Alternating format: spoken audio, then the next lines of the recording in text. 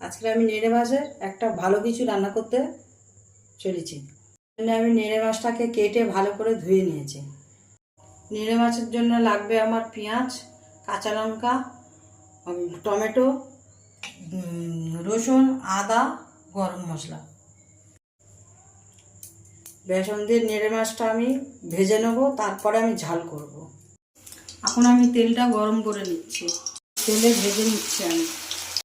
এবার আমি দুপাশ ভালো করে ভেজে নিচ্ছি। আমাদের সব নেড়ে মাছ ভাজা হয়ে গেছে।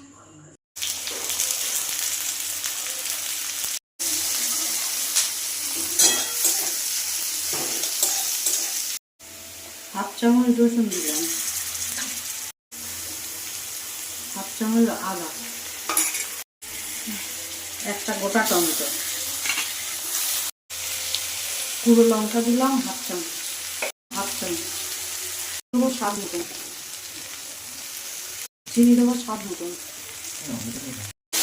মশলাগুলো কষিয়ে নিচ্ছে ভালো করে, জল ঢাললাম, মাছগুলো এবার ছেড়ে দিয়েছি।